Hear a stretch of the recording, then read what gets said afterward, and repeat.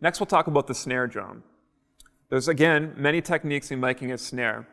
One of my favorite techniques is using a dynamic microphone, the SM57, which is the classic standard microphone that's used probably 90% of the time on a snare drum. And there's a reason for it. It just, in a way, just is the sound of a snare we've come to know and love. A couple things when miking a snare. A lot of people often ask about whether or not to do the kind of the top-bottom snare. Now, I'm not a huge fan of miking the bottom of a snare.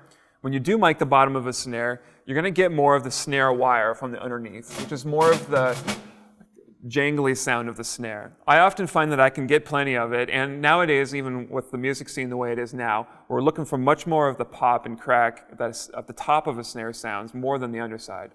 Now again, the applications change on the vibe of your music or how low or high the snare is tuned, so you can definitely experiment. I would use a same or similar mic on the bottom if you choose to go that route. The only thing to remember is on your soundboard, when you're using the bottom of a microphone, you're going to have to flip the phase as the sound pressure is going off the bottom and not an opposite direction off the top. So flipping the phase puts them so they work together in unison. Now working off the top of the microphone, there's a few different schools of thought as to the angle and getting the best sound. For me, I like to bring the mic a little bit off the snare to allow it to breathe a little bit. When you get a mic too close to a source, it sounds really dark and really brings in a lot of the low tones of the snare, which generally is not always what's wanted.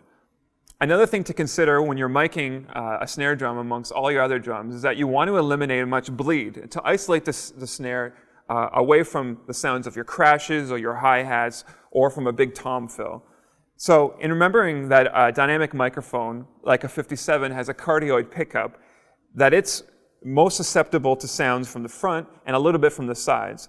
So in theory, if we place the microphones back of the mic to the sound source we're trying to reject, we can really isolate the snare. So in this case, I generally try and isolate the hi-hats out of a snare. So when a drummer really digs in on his hats, I can angle this just a little bit away from the hats, and I'll actually get a little bit less of it into my snare, which is great because then I have full control over the hats versus the snare.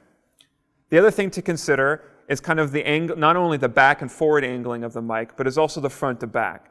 As some guys I've seen have done kind of a full-on straight angling of the mic across the rim of the snare. I usually find that it gives way too much of a stick sound, and sometimes even just too much bleed enters the mic. I definitely like to have it angled down and only about, let's say, 1.5 to 2 inches inside the rim of the snare. Of course, make sure you're out of the drummer's way so the stick doesn't hit it as he's playing.